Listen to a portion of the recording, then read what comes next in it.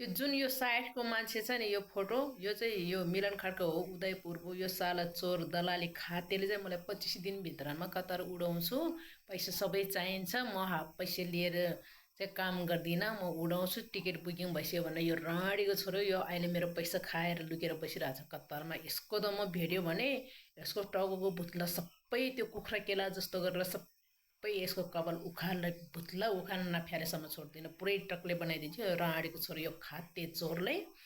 तपाईँहरू कतारमा जति पनि दिदीबहिनी दाजुभाइहरू हुनुहुन्छ तपाईँहरूले चाहिँ यसको लोकेसन मलाई पठाइदिनु होला।